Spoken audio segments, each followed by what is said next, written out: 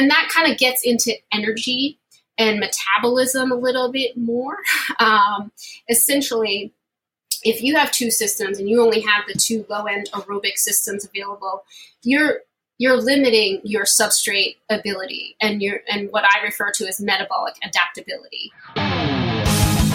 That Triathlon Show 190.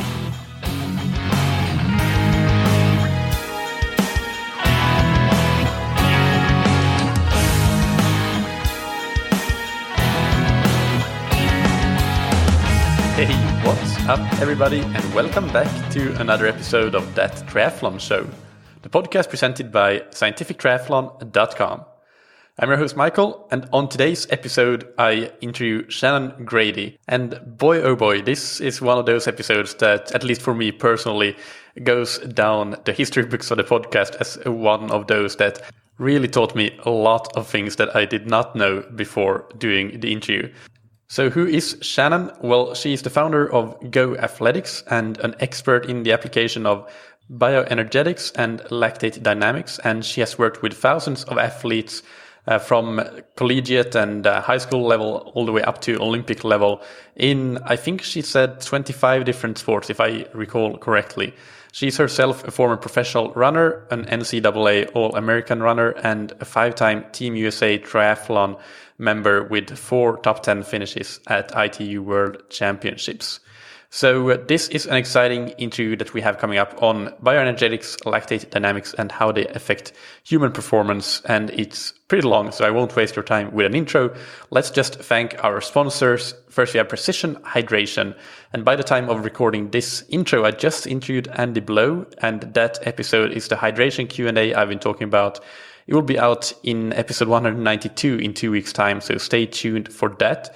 Perhaps if you want to warm up for it and refresh your memory on hydration and electrolytes, you can go and have a listen to my first interview with Andy back in episode 49, which is still as relevant today as it was back then, quite a long time ago.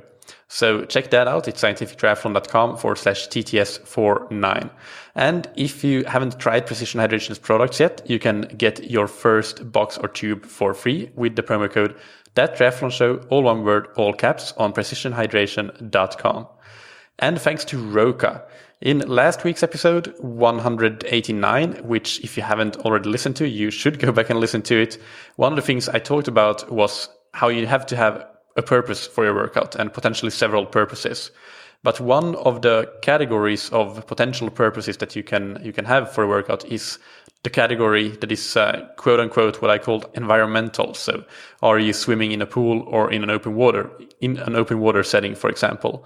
And one of the things that I love about Roka is how they make it as seamless as possible to translate your pool swimming skills into the open water. They do that through really advanced technology. For example, both their wetsuits and tri-suits are designed with arms up technology for maximum shoulder mobility. Even their entry-level wetsuits have this, and that's something that no other wetsuit brand has on their entry-level wetsuits. Also, the goggles are designed for maximum sighting efficiency with better angles for the field of view. So they do a lot of things to help you take your pool swimming skills into the open water and make sure that you leave as little as possible of a gap between those two different settings. So check out all their products and also other categories like you have, for example, their high performance eyewear on roka.com, and you can get 20% off your entire order with the promo code TTS, all caps. All right, let's hear the interview with Shannon Grady.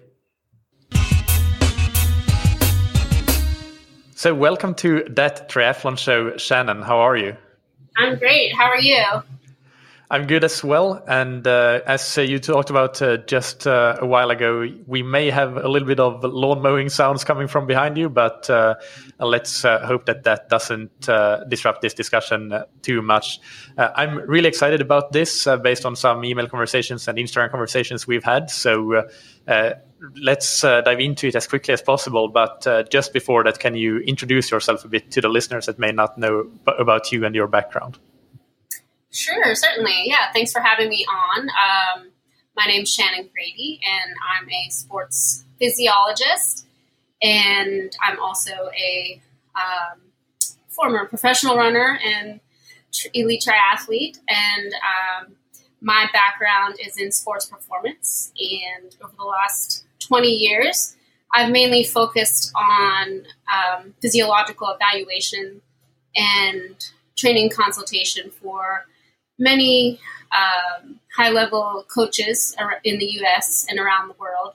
Primarily started out in track and field, and I was originally a physiologist for the USOC, so started out working with many of the national teams, but then I went off and started working on my own, doing consulting and testing for primarily college, professional level athletes. And now I work with athletes and coaches in over 25 different sports. So that's my background in a nutshell, but, I still continue to race and compete, which is always fun as well. And right now you're racing triathlons mostly, or? Yes. Yeah. Yes. It's impressive with the testing and in 25 different sports. I imagine that you learn a lot, even though sports might be very, very different. The information that you glean from one sport can potentially be applied in unexpected ways in other sports that people that are just focusing on one single sport might not even realize. Is that the case?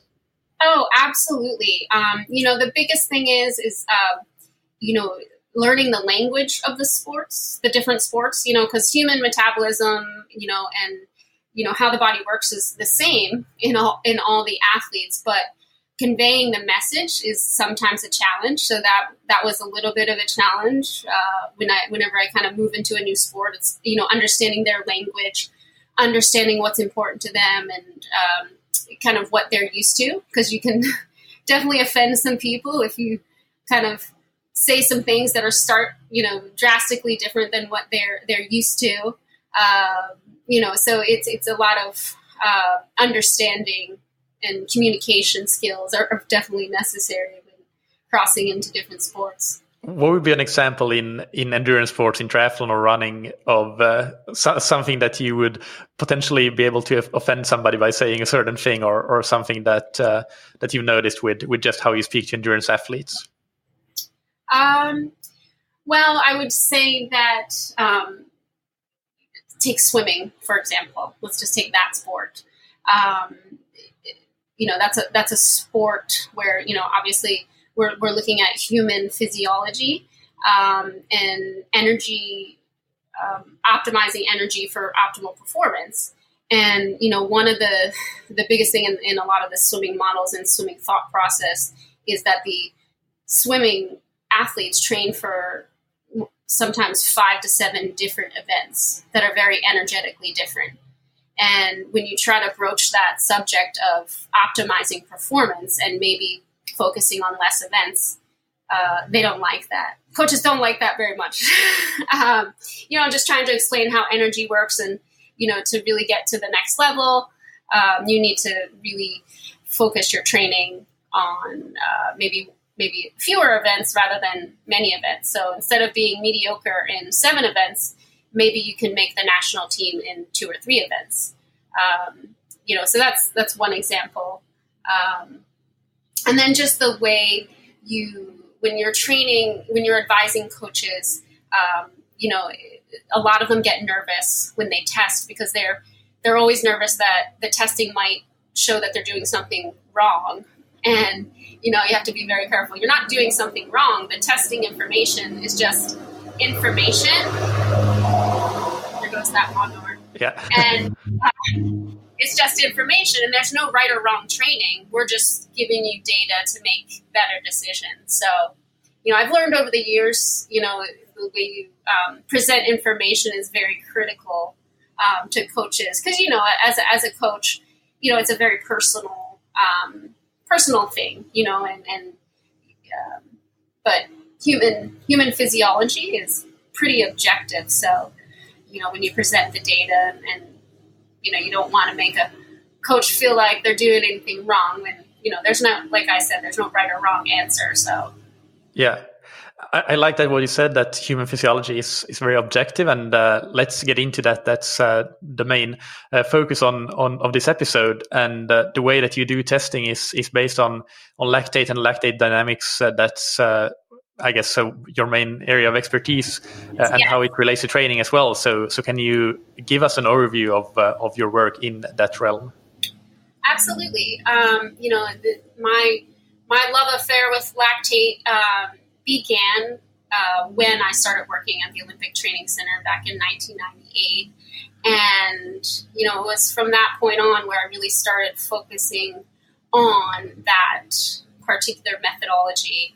And what I realized pretty quickly is that the information that we were disseminating at the time was, and is still pretty much what everybody, kind of the realm in which most people are working within, in terms of how they test for lactate, the use of lactate, is still pretty limited in the general sense of the word. And what I found out was that there's so much more than what the general public and even the scientific community and coaching community is aware of at this time. And it was really a quest for answers that my journey began, in terms of, we have a group of athletes that are similar in talent, yet some of them respond to the training, some of them don't, some of them stagnate, and some of them get worse. And it was really kind of and that was kind of my own story, in terms of when I went to college, I was the number one recruit in the country, in the U.S., for running. And I went to a team with very similarly talented athletes. And, some of us improved, some of us stayed the same, and some of us got worse. And, I was referred to sports psychology, saying you need to, focus and do all these other things. And I'm like, listen, I'm doing everything I'm told to do. I want to go out there. I want to do my best, but, my body's just not responding.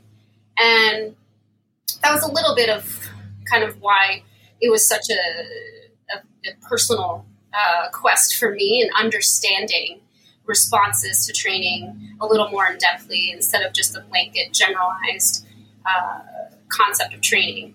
And lactate just happened to be one of the things that was, one, easily measurable. So my work in my early career, I tested athletes in masses. I would go out to the field, test groups of 60 to 100 athletes in a day, taken samples every 4 to 6 weeks over the course of an entire collegiate career, so over 4 years. So, the tracking, the testing frequency was pretty high, and the numbers were pretty high, and just really the first 6 to 8 years was just a lot of gathering data, understanding data in athletes, the types of athletes that aren't typically included in academic research. So you've got a lot of academic research in endurance sports. And, my athlete samples were mostly middle distance and anaerobic athletes. And just seeing the vastly different scenarios that you would come across when measuring lactate data in these groups of athletes. And so as far as my approach, essentially how I describe lactate is essentially that it's the human unit of energy, and it's a objective and quantifiable, reliable biomarker that has a direct correlation to an athlete's ability to perform in a sport or an event. And when you look at lactate as a unit of energy, and instead of just this typically known as a nuisance, most people think of lactate as bad when it's actually a pretty good thing. And just having a very different perspective on it, and a deeper understanding of how important this molecule actually is to performance. Yeah, and that's also where the population that you're testing, of course, plays a huge role. Like how important is the use of lactate as energy for a middle distance runner compared to an Ironman athlete? So it's about knowing the testing and the process, but also knowing the event that the athlete is training for and how the testing relates to that event, of course. Can you talk about, I guess you can dive into some more details about how you are testing and using lactate these days, and using it to objectify, to get an objective view of how training is going, and what an athlete should be doing. Perhaps what are you doing these days with lactate testing? Absolutely. Well, first and foremost, the protocol which I develop and use as my standard, most common protocol is what I call the physiological profile protocol. And this test, even though I originally wanted to test athletes to understand, just as you mentioned, if the training was going well or not, or if they're responding to training or not, it actually turns out that the test itself is more of a diagnostic, because when you're observing changes in lactate data, if you understand the metabolism of lactate dynamics is really influenced by a variety of factors in addition to training. Lactate dynamics can also be affected by nutrition, illness, disease, or other metabolic limiters. So that's a huge part of understanding from test to test what it is you're looking at. So you can't really make the assumption that all net, lactate readings are basically due to training response or not. So in my world, since I was an advisor to coaches, my model and approach really ended up being more of a coaching tool. And, in the real world, you're working with athletes, and you work with athletes, correct? Yes. And as a coach, the only thing that you can control is the training load, because our athletes are all uncontrolled subjects, right? So if you're trying to get a model out of a controlled setting, an academic research study that's all controlled, it's rarely going to work in the real world, because as you know, athletes are all uncontrolled subjects, especially college athletes, right? So the diagnostic test, the test in and of itself, is simply a tool for coaches to understand, given this athlete's current bioenergetic status, what is the appropriate training load this athlete can handle at this time? So the model I developed is actually a positive response, appropriate load training model. So the profile data essentially gives us the information based on what type of training load, volume, intensity, and work to rest ratio can this athlete handle at this time to create a positive physiological response, and in turn, a positive performance response. So instead of really setting out your phasing, can you give an example of what that might look like a very simplified example? Just absolutely. Yep. So, for example, I'll give you a great example.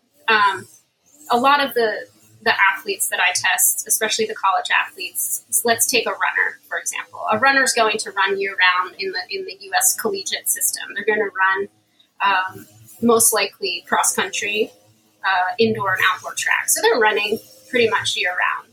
And a college athlete, we're going to test 4 times a year. We're going to test them at the beginning of each season. And so we're going to test them at the beginning of cross-country. We're going to test them in the beginning of indoor track. We're going to test them at the beginning of outdoor track. And then we're going to test them at the beginning of the off-season to set up their summer kind of off-season training. And you've got a group of athletes. When you go to a team, you're going to have 30 to 50 athletes that you're testing. And so say, for example, cross-country season, you got all of your athletes training for the same race. And if you test an athlete and, ideally the coach is going to give them all the same training because they're going to be running the same events. But when you test an athlete and they've got half of their potential bioenergetic energy available. And at this point, sorry to interject, but at this point, can you clarify the bioenergetic energy and the bioenergetic energy status that you referred to for us? So I refer to the physiological profile test, which is essentially a lactate test that is you start out, it can be any protocol. Say we're talking running. You start out very easily, and we're taking blood lactate samples on a regular basis, and the intensity or speed is going to get faster and faster, and they're going to go until essentially a max effort. So we're looking at their entire lactate spectrum and seeing what is their availability of net lactate across the human spectrum. So the potential net lactate you have for a human is 0.7 to 32 millimoles. Okay, so in general, most athletes are operating within the range of anywhere from 0.7 to about 20 millimoles is generally the range you're going to see. So if you test an athlete and they're missing half of the range in which they are, half the range in which they should be operating in. So for a college runner, you're going to be looking at a net lactate range of anywhere from 0.7. Ideally, you want to be upwards around 12 to 14 millimoles. So if that athlete tests and they've got that range of lactate available, and then you test them, say, three months later, after the cross-country season, and they only have a range of 6 millimoles, then that's half of the bioenergetic availability from when they had 12 millimoles available. Okay, so they're and the 12 millimoles that in this case you referred to as the ideal. How has that been determined? Is it just based on your testing, or are there any other? Yeah. So as I said, when I test the physiological profile test, I break the potential energy of system. I refer to them as systems into eight different systems, which is dependent on the human range of lactate from 0.7 to 32. So that range of lactate is broken down into essentially 8 different parts. And why I've broken them up into systems is what I've found with my testing, my research in performance, is that performance is dependent on parts of your physiology. Okay, so if there's too many parts missing, too many of those systems missing. So in my methodology and approach, I have 8 potential systems, and from low end aerobic to max anaerobic, and we have 8 potential systems. And no matter what event it is you're training for, you're going to need parts from both sides of that spectrum, right? So if you're training for more of a middle distance, you're going to be skewed more towards the anaerobic side. And if you're training for, say, an Ironman, you're going to be skewed towards the aerobic side. But if you only have 2 parts available of the potential 8, that's a big problem. Can you break down what the ranges are for those 8 systems? What are lactate ranges that we're talking about? Yeah, so the 8, again, they fall from 0.7 to 32. Okay, so the ranges of each system is going to be dependent. So what you're looking for is going to be dependent on several things. But no matter what, the way I describe it is performance is similar to like an assembly line, right? If you're trying to build cars and you have all of these parts going into the assembly line to produce cars, if you have a lot of, say you have 400 steering wheels, but you only have 200 you only have 200 bodies, the frame of the cars, your max ability to produce cars is going to be limited to 200. Even though you have a bunch of steering wheels, you still can't make more than the parts you have available. Okay, so in performance, it's the same thing. If you're missing parts of your metabolism, of your physiology, whether it's slow energy or fast energy, your performance or your output is going to be diminished. So from a conceptual standpoint, it's easy with these 8 parts that that I measure and test and quantify. If you're looking at the parts, for optimal performance, what I found is that 6 of those parts, whether it's skewed right or skewed left, is ideal for optimal performance in any event. So when you're training and you're missing a part, we can measure, just like you would take your car to a shop to get it checked out to see, which parts might be missing or which parts need improvement. It's going to increase the performance of that vehicle. Same thing with training. Sometimes, so for example, I've had athletes going into the NCAAs about to race the 800 meters, which, you want to run pretty fast, right? So I had an athlete, for example, we tested him 6 weeks before NCAAs. And his parts that were missing were the parts that equated to about a 5:20 mile pace is where he had to do most of his training. So he's going into the NCAAs, he's a 1:46 800 meter runner, and most of his training is super slow. But that was the part that was missing that was going to yield a physiological response, which was holding him back from his overall output. So that's just kind of one example, and it goes across. So what I've found in my performance analysis of the data is that every part you're missing under the 6 parts yields about a 6 to 8% decline in performance output, no matter which part it is you're missing. So the goal of training and using the testing is to, one, first diagnostically see which parts do we have available and at what level are they operating, and what type of training do we need to improve the overall performance of that system. So it's either, you've got to train to create more parts, more energy, more bioenergetic energy to be available, or you have to train to improve the parts that you do have. And I guess to see whether you have a part or not, that's just whether you can produce a net lactate value of whatever it is that part corresponds to. Is that correct? So if you can't get your lactate to a certain level, then you're missing those high-end parts or those high-end systems. Exactly. And again, you want to, if you're training for a Ironman, we're not too concerned with the, 2 upper end systems very much. So we want to turn those off because you can't have all parts strong at all times. So there's always a give and take and a shifting of energy with training. So you have, as a coach, when you do the testing, you look at, okay, where am I now? Which parts do I have available? And where would I like to be? And which parts are optimal or ideal for energy output for the event in which I'm training? But you don't want to go in, even though low-end peak energy for an Ironman per se is very at the lower end of that aerobic spectrum. You don't want to go into the Ironman with just 2 parts available. You don't want to just go in with only your low-end aerobic available, because that's going to diminish your overall ability of your low-end aerobic system to operate efficiently and at a higher rate of output.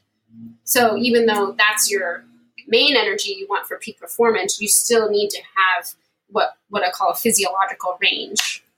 Intuitively, that makes all the sense in the world. But from a technical perspective, a theoretical perspective, why is that really? Why do we need those high parts that are at a higher intensity than what the race intensity actually is, at least if we're going to just do the Ironman as a pure time trial at a steady pace? Yeah, so, and that's going to get into a little bit of kind of technical science and the kind of the theories around how this whole process works. And a lot of what I developed in terms of the bioenergetic and the application of this is based on a lot of the theories of thermodynamics, which you, as an engineer, are probably very interested in.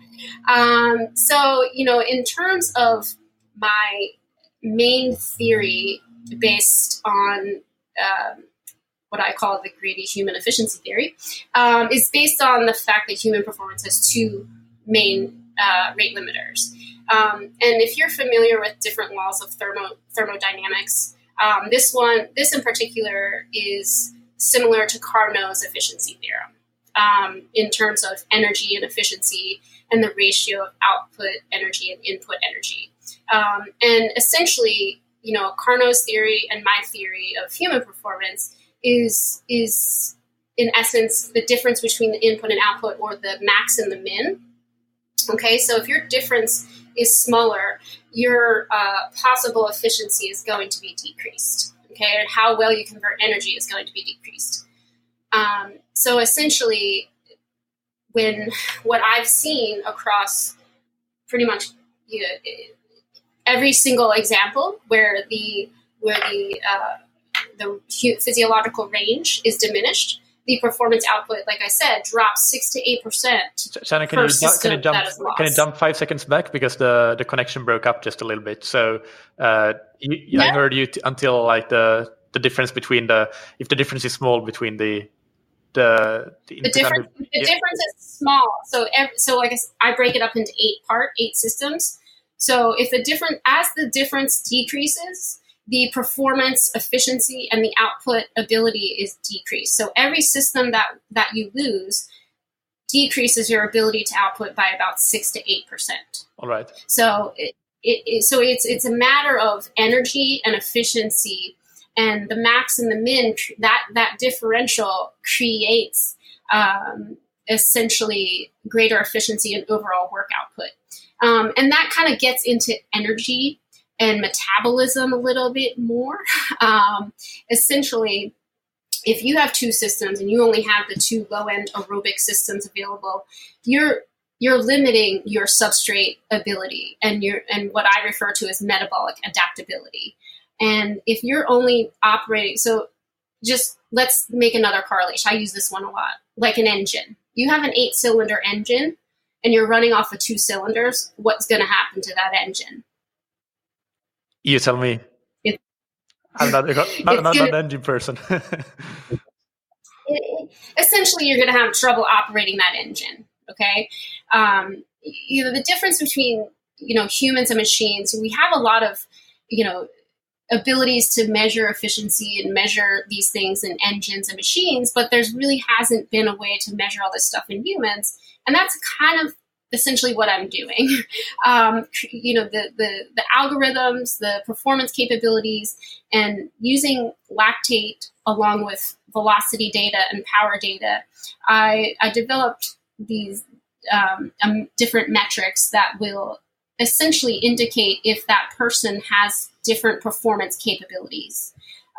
If that energy in which they have available is operating at a level high enough to perform certain tasks. Especially, and remember, I started out in running. Running's a great sport where it's a measured variable sport. Everything in the sport is measured. You can measure the velocity, you can measure the distance. So it was a great sport to really use to test all of these things and do the analysis and come up with, with the different algorithms, and because everything's measurable in their sport. All their training's measured. As you skew away from measured variable sports, the beep score, like I said, so for example, you need certain scores across each system to run a 4-minute mile versus a 5-minute mile. The energy output, the velocity at each net lactate needs to be at a certain level across your energy spectrum in order to achieve certain performance results.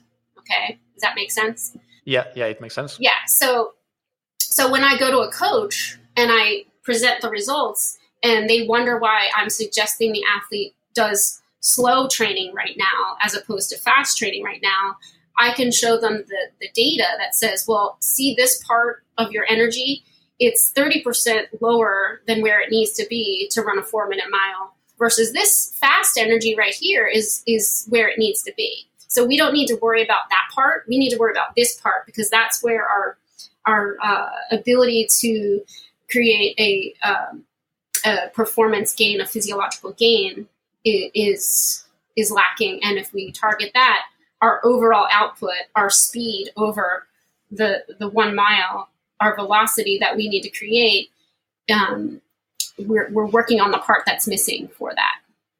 Does that make sense? Yeah, that makes sense. And are you saying, and are you saying that, for example, I'm just pulling numbers out of a hat now, but if we say that somebody's at 8 millimoles of lactate, they're running at a speed that is faster than what is required to run, let's say their goal is a 5-minute mile, but at 2 millimoles of lactate, they're not at the level required.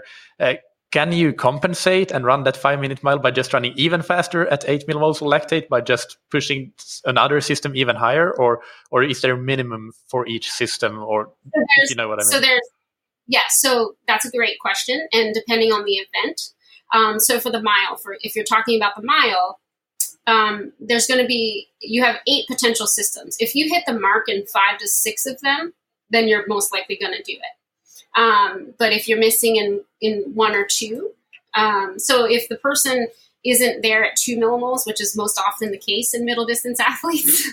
But they're relying more on the anaerobic system. And it's also going to depend a little bit on the individual physiology of the athlete. So sometimes they're going to skew more aerobically versus anaerobically. But you're going to need to hit the mark in 6 of those systems, not all 8. Yeah, that makes sense. And I guess for athletes that don't have that particular goal, but how would an athlete that doesn't have a goal, they just want to see what their performance is at the moment and what is the best way for them to train going forward? If they come and do this, we're not talking about, I'm going to run a 5-minute mile, but I still want to do this test and see what the best training for me is. What would that process look like for me? Yeah, I mean, so first off, the process itself is, the test itself, if you're going to do a running test, it's going to be generally, we're going to do 800 meter repeats depending on how fast you are. So if you run 10-minute mile pace or faster, then you're going to run 800 meter repeats. If you're running slower than that, you're running 400 meters. So you're running about, and you're going to start at a very slow speed. And that's, so the start speeds varies based on the current athlete's fitness level. So it starts at a very, very slow speed based on a few questions and where we start you. And then they're just going to keep increasing velocity over the 800 meters, taking heart rate, velocity, and lactate information in between each one. You're resting for about 10 seconds, and you're going to continue on. And then you're going to go on until essentially you can't go any faster over the 800 meters. So that's a standard running protocol for people who are running 10-minute miles or faster. And when you do that test, like I said, first and foremost, it's a diagnostic. We're looking at, okay, of these 8 parts, do you have 1 part available? Do you have 2 parts available? Do you have 3 parts available? For an elite athlete, we want 6 parts. For a recreational athlete, we want 5 parts. So if you have... And goal event is not a factor here. So whether we're talking middle distance running or marathon running, we still want... Yeah. Exactly. So, and like I said, depending on the event, you're going to skew those parts left or right, aerobically or anaerobically. Yeah, how strong those systems are, but they should still be there. Yeah, so you go through the test, you get the diagnostic. Okay, I have 3 parts available. So based on that information, and like I said, what I've built is a predictive response model that will achieve the intended lactate response based on the training stimulus that's given. So that's essentially what I developed. So based on if you have 3 parts available, you're going to get the training prescription that first and foremost, the goal is to get you to 5 parts. So we're going to give you a training load and intensity that's appropriate for you based on the analysis of your test results. So you're going to get heart rate zones, you're going to get training paces, and certain volume work to rest ratio the goal is to create more parts. And what the system that's very common, because in about 90% of first time initial physiological profile analysis, most people have if you're less than 5, I call it a bioenergetic deficit. I never use the word overtraining because I don't feel that's the appropriate way to describe an inability or performance stagnation or declines. I call it bioenergetic deficit because there's many reasons why performance may be declined or you may have low energy availability. And most often it's not necessarily overtraining rather than inappropriate training load.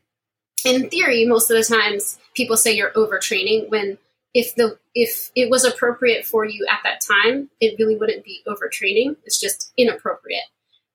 So if you have some level of bioenergetic deficit, which most people do upon initial evaluation, you're going to go into what I refer to as NAGS training, or neuromuscular adaptation and glycogen sparing training, which is limited in volume and intensity and work to and essentially the goal is to create more energy. So essentially put you in a glycogen sparing phase for a certain amount of time. Typical NAGS training in a elite athlete, you can gain a system in 7 to 10 days in NAGS training. So essentially, by what people often think of as tapering or super compensation mode, I think that's the worst approach ever to train in a super compensation mode, because you're essentially not actually training the energy systems in which you need to race. So if you're always in a bioenergetic deficit and then you rely on a quote unquote taper to perform, you're getting free speed, but you're not actually able to train that power or energy to perform at a higher level. Can you repeat that train of thought, because I wasn't quite following there with the tapering. Why you're getting free speed but you're not able to use it? With tracking this for the last 20 years, what I found is what people typically think of as a taper. You will gain a system, which automatically increases your performance capability about 6 to 8%. It's free speed, but in actuality, if they're training with missing parts, essentially, kind of following this methodology in which I'm using, if they're training in a depleted mode, in a bioenergetic deficit, they're missing parts, you're not actually able to train the parts you don't have available. If the energy's not there, you can't train it. So essentially, you're relying on a taper or free speed to gain energy and then perform at a level in which you really haven't trained, if that makes sense. Yeah. So it's sort of like a duct tape fixing of a problem that was there for a long time and should have been corrected a long time ago, and then you could have actually trained it and fixed it properly. Yeah.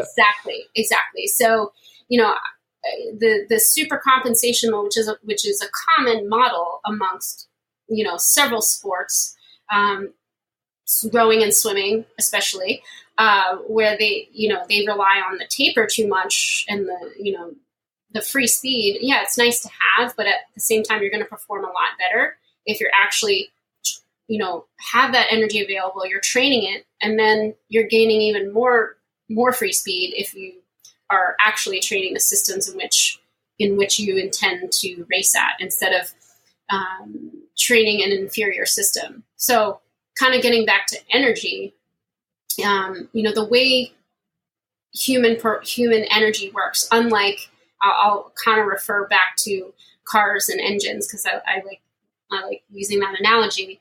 If you've got a race car and that's a high performance vehicle, it's meant to operate, you can kind of compare it to the anaerobic system, high powered, high velocity, and it runs off of, high octane fuel. A certain type of fuel makes that engine run the way it does, right? Yeah. And then you've got some other type of, Mitsubishi Prius or something that runs on a very low efficiency. That car is designed to go longer, similar to like an Ironman athlete. It goes longer, it uses more of an efficient fuel, and it's not going to go as fast, but it can go longer. So you've got kind of the two ends of the spectrum. But in humans, it's different, because you have those two ends of the spectrum. You have everything kind of in the middle. But if that high octane car runs out of fuel, it's going to stop, correct? Because it can't go anymore. Well, in humans, we are the most magnificently designed machines there are, because we won't stop, right? We're not going to stop. Our bodies adapt, and we adapt to the fuel we have available. And even though I'm intending to be a high intensity, high octane athlete, I can only adapt to the fuel I have available. And so if I burned out my high intensity, high octane fuel, I'm going to adapt to the next inferior source. So what happens there is I adapt to the next source that's available, but in turn, my ability to generate velocity and power is also decreased. So we get slower. And this is a common thing I see. Athletes work hard, train hard, they burn out their high-end energy, and they adapt to slower energy. Their performances are getting worse and worse and worse, yet they think they're working harder and harder and harder. But in reality, they have no good fuel left, and they're just adapting to the slower fuel until they eventually get injured, is essentially what happens. Because, and this is kind of a whole different part of my research and application, is return to play. And, you can see what your risk of injury is based on the number of systems you have available. Because when you're constantly asking your body to do something outside of its physiological range, your risk of injury is greater because you're asking it to do something it's not actually prepared to do. So you mean like doing hard training on slow fuel? Exactly. Exactly right. So, there's so much more to lactate than people know and realize that it's just amazing. And the ability and understanding of it, on in the general population on the surface is so small, and there's so much more to it that it's just really fascinating. How much it relates to so many different things in human performance, in human metabolism, in fuel utilization, and so on. That it's like I said, I spent the last 20 years just really testing and working with it across many different types of athletes, many different types of sports, and like I said. My intention was really to understand training responses, but so much more came out of it from return to play. Coming off of injuries, coming off of illnesses, athletes are often left, they say they go to the doctor, they're like, oh, well, just go on how you feel. Well, you just had mono. You're not going to let a high school, I work with college and high school athletes quite a bit, and these athletes are always getting mono, they're always getting these things, and there's really nobody or no guidelines to tell them what's safe and appropriate return to play training load. Well, this test will tell them exactly that. So you're able to see, okay, how much time do you actually need? What's actually appropriate for you at this time in order to return to play safely or return to, training safely. And that's been one of the really rewarding parts of this, which I wasn't really intended, but it came out of all this work, and that's been really a rewarding part of my work, is really helping in that aspect, because there really isn't anything else available to really give a training prescription for athletes returning, from injury or illness and things like that. So. Yeah, that is an amazing use case, definitely. And it is eye-opening, really eye-opening. I'm so fascinated by this. I want to return a little bit to that example with we're taking this test, and let's say we have this example athlete. Let's call them an Ironman age group athlete, and they have one system missing, as you say, is typically the case. What would then the prescription look like? You mentioned already the kind of training to get the system back, to even get the system. But after that, if you get the system back, how does your training then adapt? Is it just about trying to balance out how strong your different systems are, depending on what your goals are? And what would be a typical case for an Ironman age grouper, like in this example, for that scenario? Yeah. So,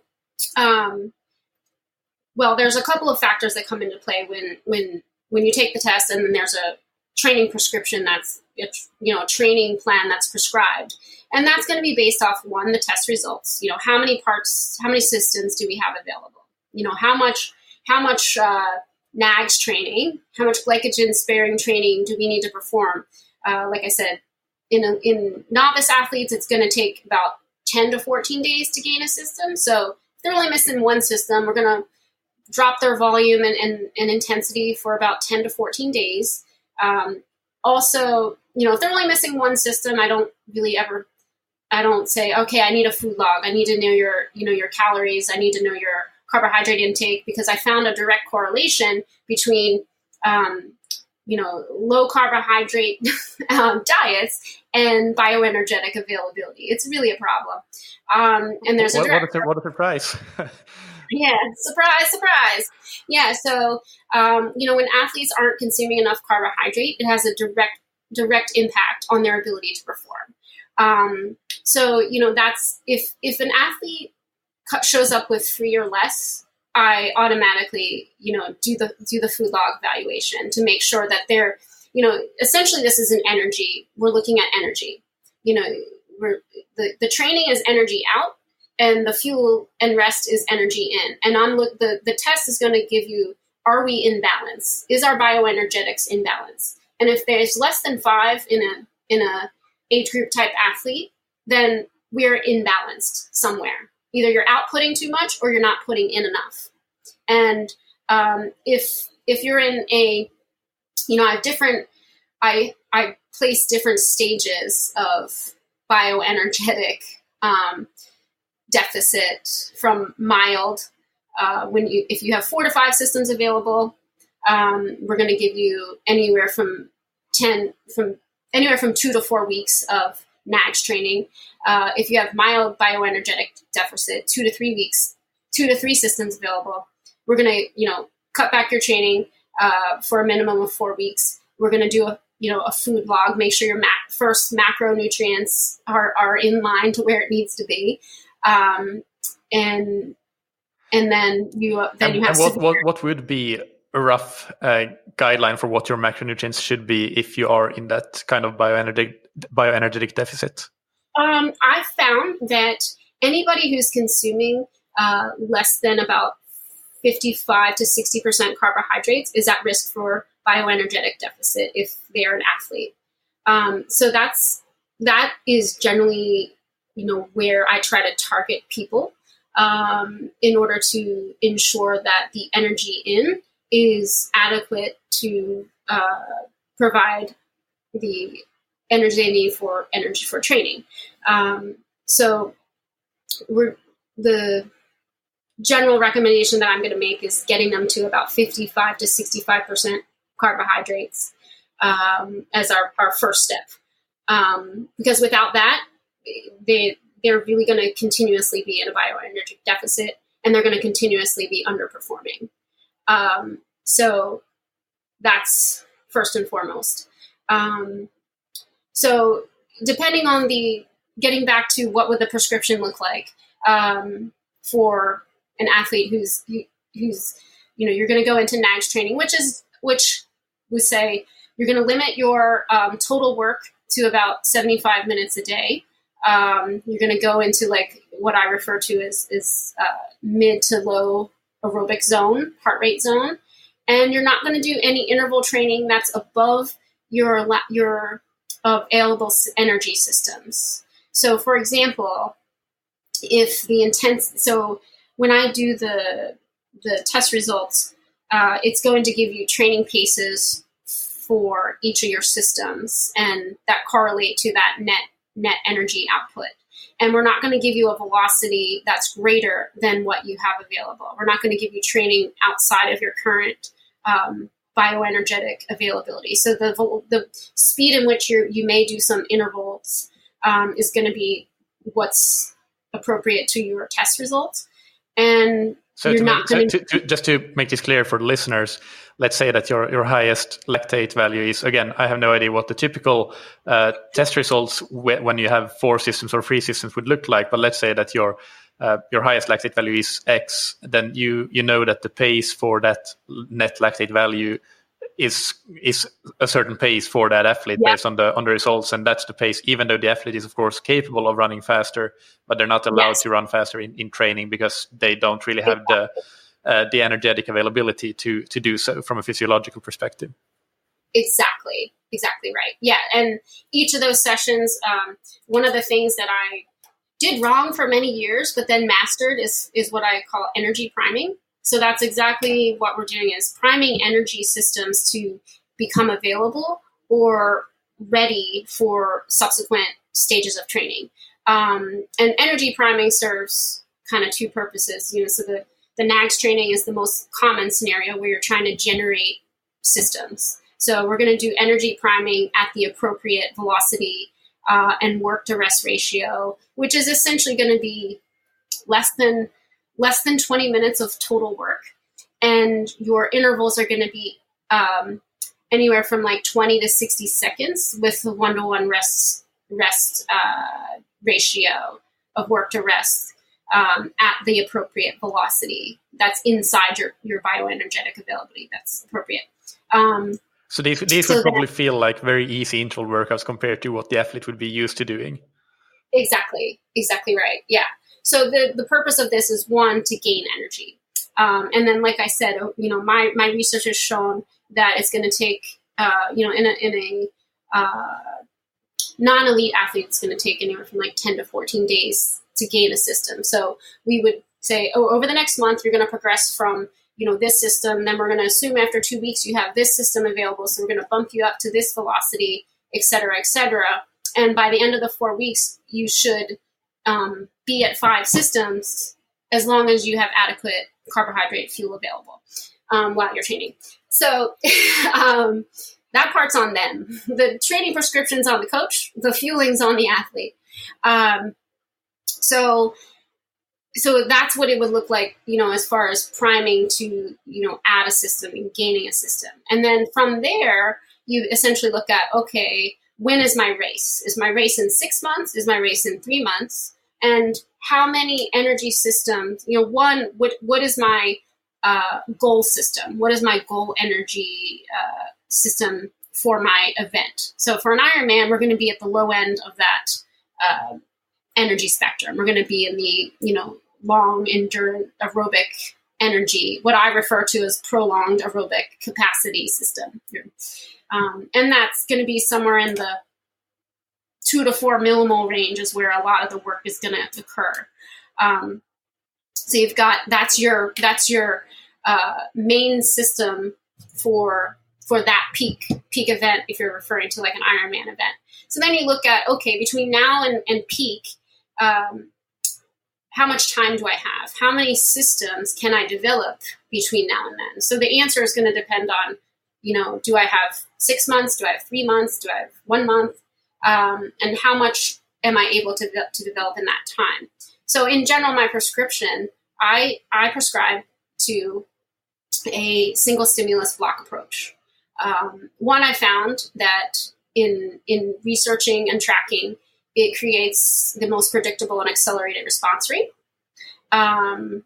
In terms of, you can predict the physiological response, you can predict the lactate response, but you can also, it also accelerates response rate. And then, so generally I'm going to put them in there for about 4 to 6 weeks in each system, each phase. And I found that after that amount of time, the biochemical stimulus, the training of that system essentially drops off. So we're not really going to stay with one stimulus for too long before we switch to a different system or stimulus. And, again, kind of going back to pulling a lot of my approach with different laws of thermodynamics also apply to bioenergetics. This approach is also what I found is that randomized training yields randomized responses and unpredictable performance results. Similar to the second law of thermodynamics, which affirms that, the higher randomness of a system, the higher its entropy. So similar in human bioenergetics. So I found that those two things really correlate to one another. So generally in a training block, you're going to have your recovery days, your aerobic maintenance days, and then you're going to have a main system workout. That's the focus of that training block. Yeah, that makes sense. That makes perfect sense. And how would you order that? Like you have 3 months to your goal event. Would you start with a block focusing on the system that is the weakest, perhaps, in relation to where it should be? Like you're lacking the most in that system compared to where it should be? Or is it more so working from the least specific to the more specific, which is a common way of approaching training? Or how do you do that? Yeah, it's going to depend on the result of that test and how much time you have. So it's not going to be least to most specific. It might be, you're absolutely going to get most specific as the last one, as long as that system's available. So you're definitely, for an Ironman, going to end up with the prolonged aerobic capacity. That's generally an available system unless you're completely, underfueled and, bioenergetic deficit. But generally you're going to have that one available. And then leading into that, like I said, most often people have to start with nags. That's pretty common. You're going to have anywhere from 2 to 4 weeks of that to start out.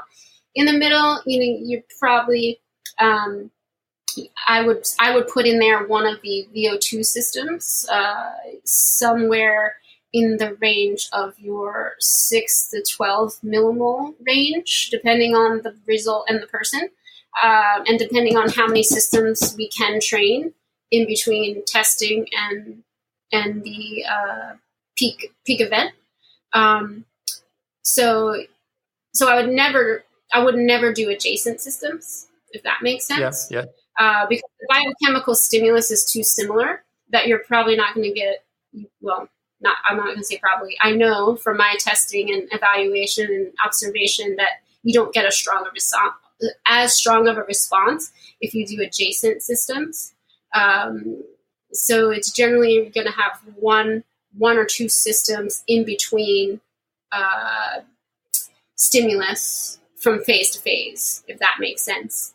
Yeah, it makes a lot of sense actually, but it is quite something that we like in all the things that we read and hear about traditional linear periodization and reverse linear periodization. You always work adjacent systems, so yeah. It's sort of like a light bulb moment when you say that. It makes total sense, but it's not something that is commonly done.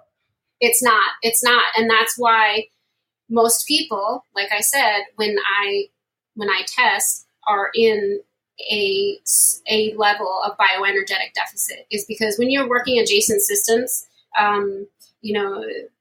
back to back, your tendency, one, your response rate is going to be diminished, and two, your tendency for crossing, because you when you train, you have to remember this. When you train, you're going to, the goal is to improve.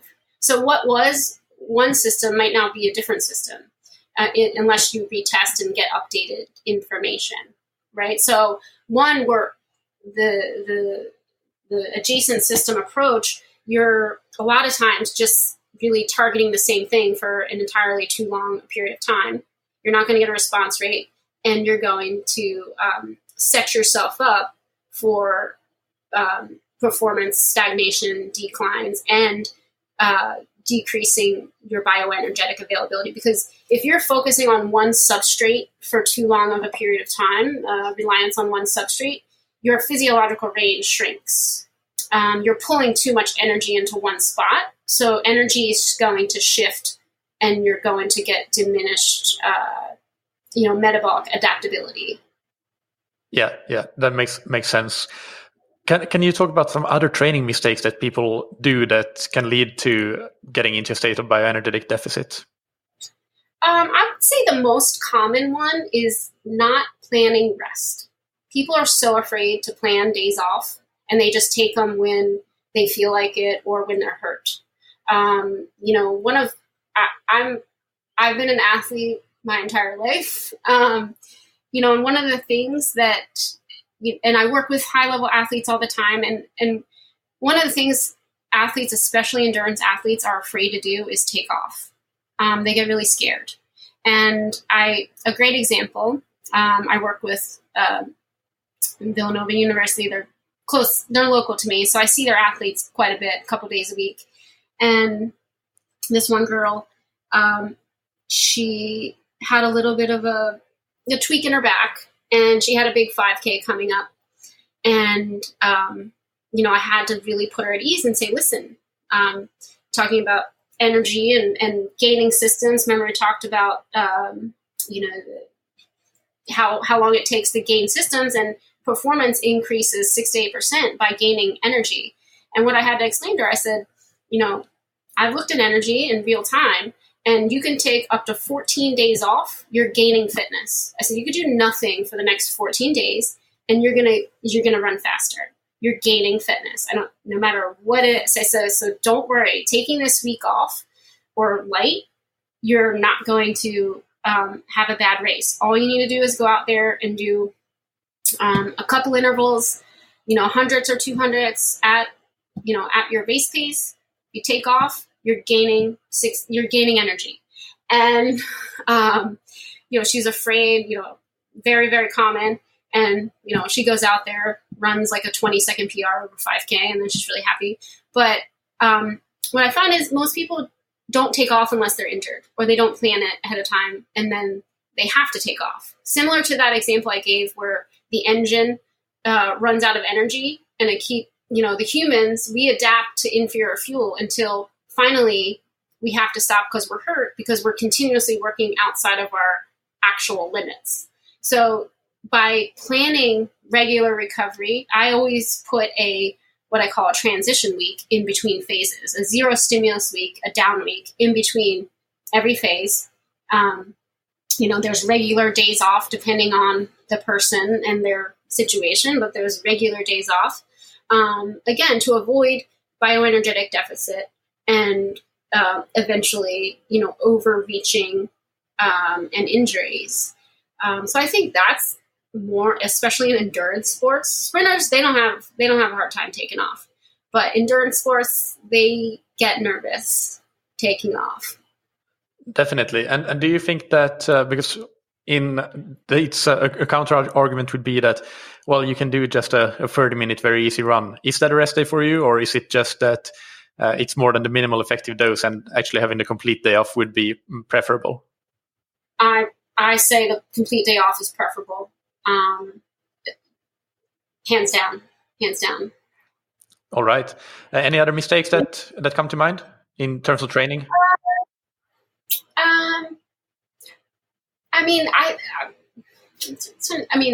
We mentioned a couple of them in terms of the linear block approach, the assumed energy approach, which is very common because most people don't have access to actual, energy, in terms of human energy spectrum.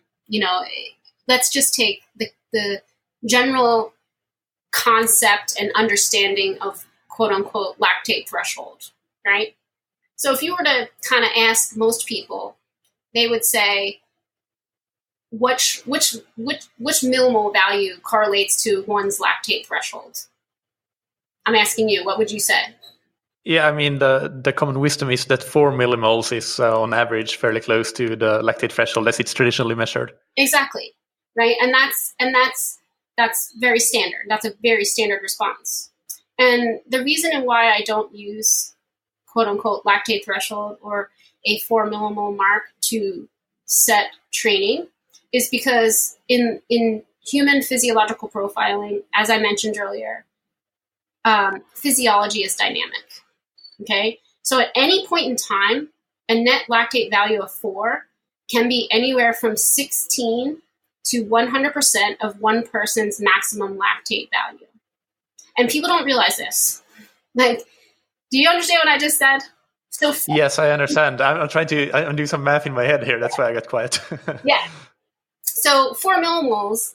So for example, if you and I both did a test and we were just looking for our lactate threshold 4 millimole value, that's great. So say we both have the same velocity. Say we both had a 6-minute mile as our 4 millimole value. I know you work in kilometers. I can't do that math, so I'm just going to say miles. Yeah, I'm fairly comfortable with miles as well. I have some American clients, so I'm getting used to that.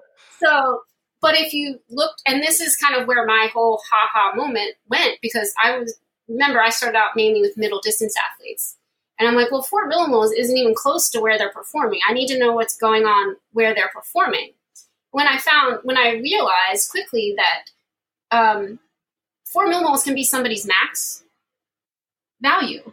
That's bad. That's really bad. So if you set your training based off of, so if you and I both test, 4 might be my max right now, but it might be 25% of your max at the current time. Your max value could be 20. So I think it's more likely that it's the other way around with my training and your background.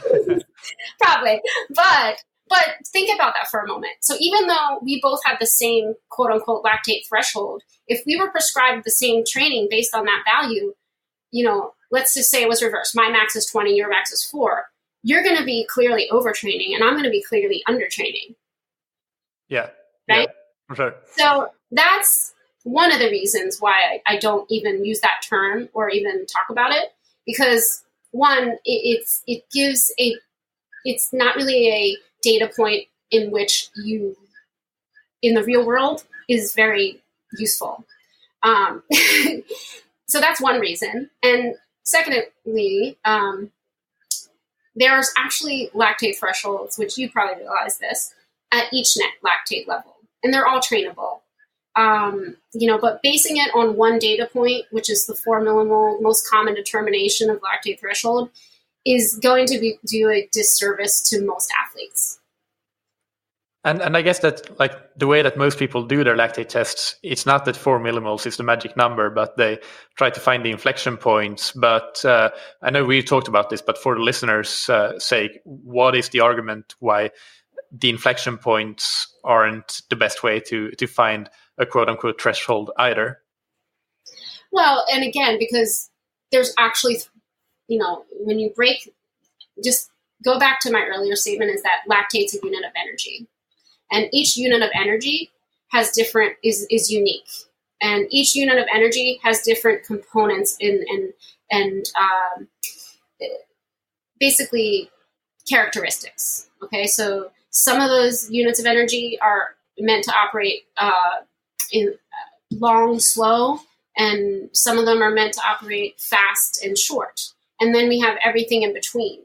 And the assumption of most is that everyone's capacity to do work is the same at each unit of energy, when that is in fact not true. So my approach is to work within known variables. What we can measure is somebody's power or velocity at each unit of energy, and we can train capacity, but we don't really know their capacity to do work. One, we don't even have the technology available to measure that. So that's something I kind of give parameters to the coaches, and they monitor. We train, the confines or the governors in which I give to my coaches that I work with, or my athletes, is the velocity or power, because that's a known variable that we can measure, and we train capacity. So say if your velocity at a certain energy, net lactate value or energy unit is such, we train the amount of work you can do at that power or velocity, and try to increase capacity instead of guesstimating capacity or assuming capacity to do work. So it's just more of a broader use for lactate. And there you're referring to the fact that the conventional wisdom is that at lactate threshold you have a certain capacity, which is more or less an hour or so of work at that intensity, but you're working at it the other way around. You're exactly. working, yeah. Because I know many athletes who can't do an hour work at any intensity. So, it's a very poor assumption. Yeah, for sure. Right. And so that's kind of the way that I go at it, is just known variable. Let's work within the metrics that we can measure, and go off of that. Yeah. Let's talk about nutrition a little bit as well, and how that plays into this, and mistakes with nutrition, and how nutrition can lead to getting into a bioenergetic deficit, but also how you can use it to get out of it. Absolutely. So as I mentioned, or maybe alluded to, is that, I've found a direct correlation between low carbohydrate diets and bioenergetic deficit.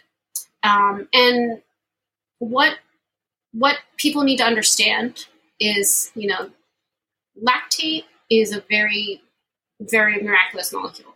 And it's not a waste product and all these things that people think it is.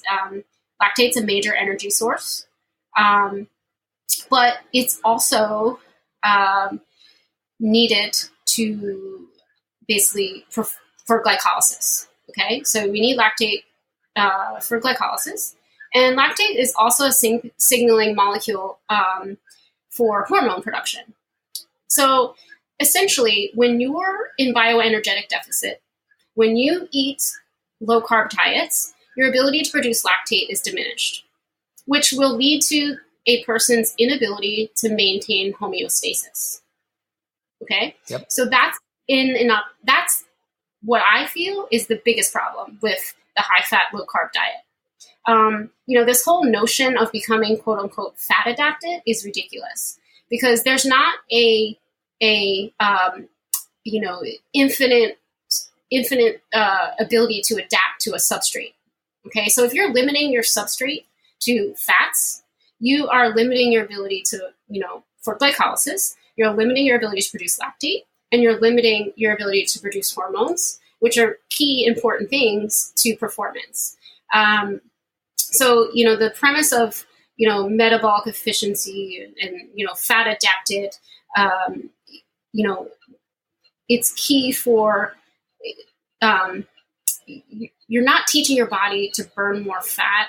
You're essentially slowing down your metabolism, and you're having the opposite effect of what you think you're doing. Because without remember I said the metabolic adaptability, without these substrates across the metabolic spectrum, you are unable to, like I said, all those parts lead to performance, but they also, the fewer parts you have, the less metabolically efficient you are.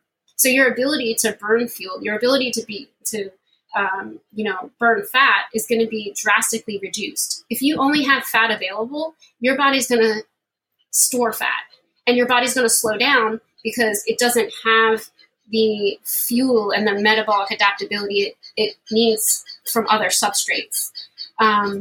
So the reality is that this whole notion and concept of, fat adapted, low carb is having the opposite effect. And I have hundreds and hundreds of case studies of this. Like I said, when I test somebody and they've got one system available, two systems available, I automatically do a macronutrient and micronutrient evaluation. And it's pretty much 100% of the time the low carb, high fat diet. And, not only is this person experiencing, a progressive decline of performance, and these are Ironman athletes, endurance athletes, decline in performance, but they're also experiencing now an inability to maintain homeostasis and general health. So the whole, you have hormone production issues, you have low T, cortisol, your testosterone, everything is thrown off. And because of, like I said, this lactate is a very key part of many things in the body, and your physiological range and your ability to produce lactate across the spectrum is very important. And in order to do that, you need adequate carbohydrates. And that's the short of the story. So, it's and until somebody shows me otherwise, I have hundreds of case studies to show, why high fat, low carb diets work in nobody.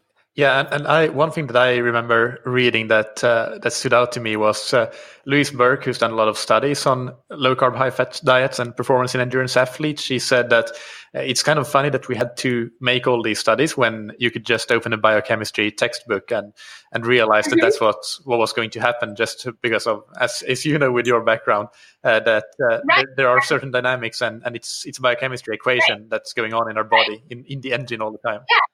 Yeah, the basic science shows, when the human body has feedback systems for survival purposes, okay?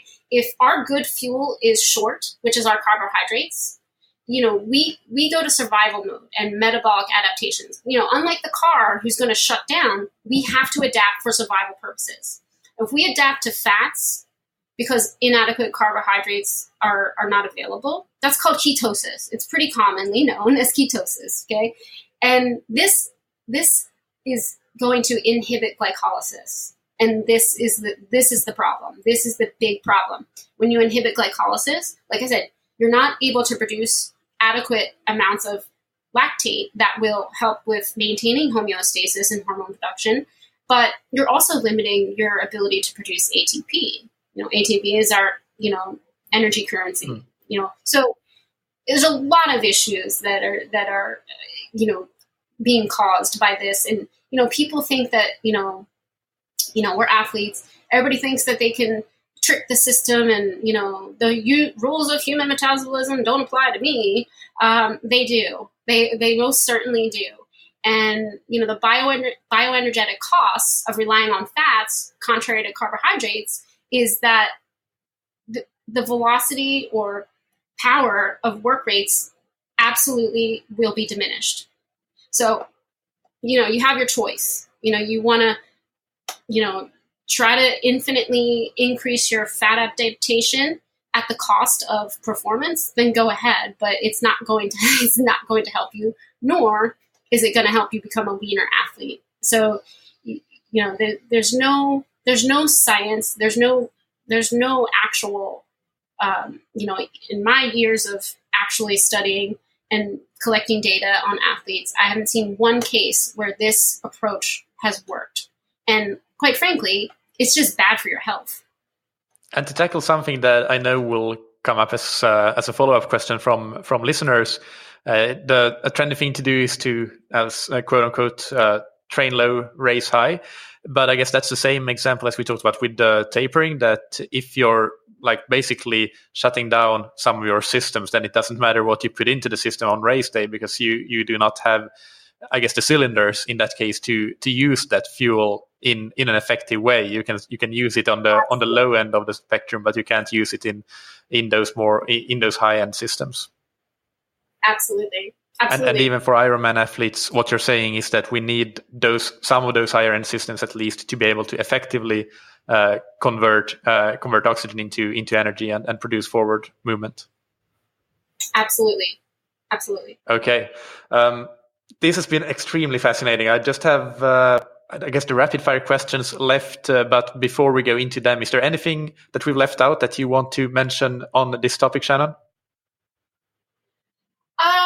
I think we covered them all adequately. I could probably give a dissertation on each one of these topics, but and I would love to hear it. But for the sake of this episode, let's move into the rapid fire questions. And the first one is: what's your favorite book, blog, or resource related to triathlon or endurance sports? I would have to say personally, the work of Alois Mader kind of is a lot of stuff I go back to, and George Brooks. I definitely, even though it's a little more biochemistry and science based, I love reading. Like Brooks has a lot of really great stuff that comes out, and I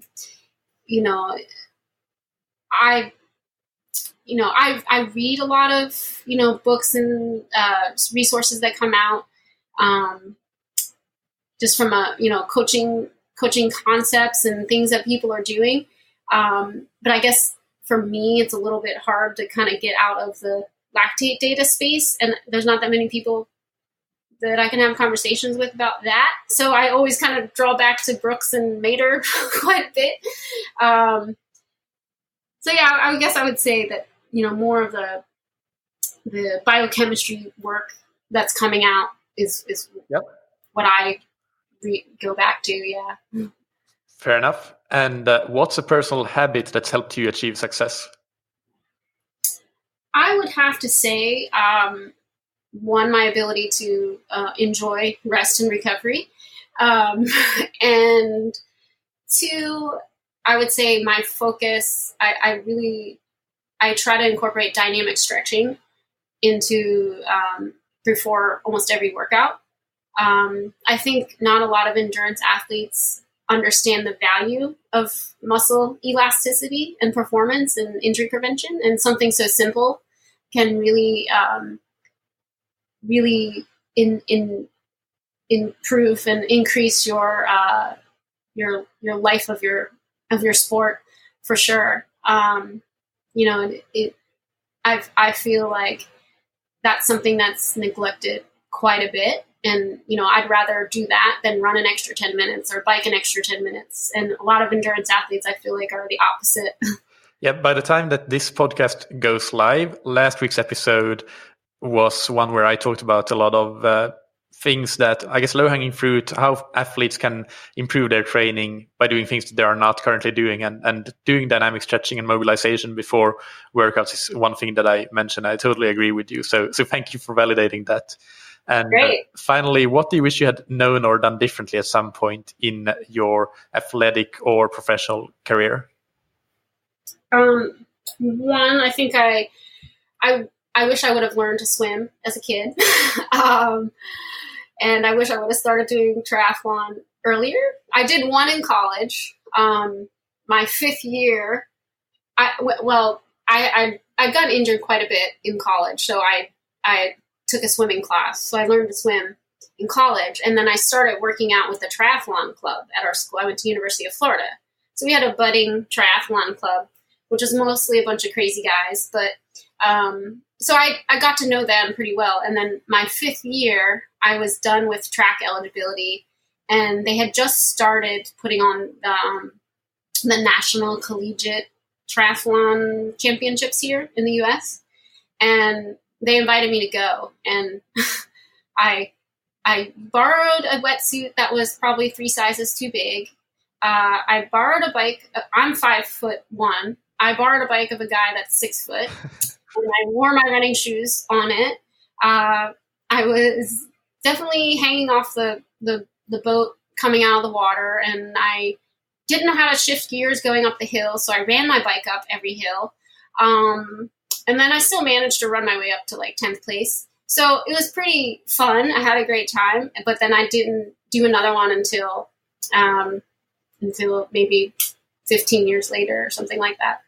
So I wish I had started maybe 10 years later, something like that. But I wish I had stuck with it earlier. But yeah, I think that those are the 2 things that I wish I would have done. But I love triathlon, and I love biking and swimming and running. So yeah, and you had a professional running career, so it's not too bad. Yeah, it's not too bad. Yeah, I did have a professional running career, and essentially, when I had my son, I was afraid to go back to running because thought I was going to be slow. So I was like, I'll do triathlon. There's no pressure. I don't have to, nobody thinks, So that's kind of how that started, because I just didn't want to be slow. Yeah, that makes sense. All right, Shannon, this has been absolutely amazing. It's been one of the most fascinating interviews I've done to date. So thank you so much for coming on. And where can people follow you and find out more about you? And tell us about the book that you have coming up at some point as well. Yep. Well, so you can follow me on Instagram. Go Athletics is my company, so you can check out my website. It's systembasedtraining.com, and my Instagram is Go Athletics CEO. Shannon Grady is my name. And the book that I have coming out is going to be on a few of the topics that we talked about today, but it's essentially bioenergetics and human performance, and why using biomarkers in training is very valuable. So it kind of covers quite more in depth some of the things we talked about today, and the theories and rationale and research behind my current methodology and application of lactate data, which hopefully some people will find interesting. Oh, definitely. At least the person on the other side of the microphone here will do. Well, I'm glad, because, it's really hard to find people to talk about with lactate dynamics. And when I find somebody I can talk to, I'm like, okay, do you want to talk again? Yes. So we'll definitely do that when the book comes out, if not before. I'm totally up for another round. Great. Okay, I'll let you go now. But again, it was great to have you on, and we'll have all the links to everything you mentioned in the show notes as well. So thank you so much for your time. Thank you.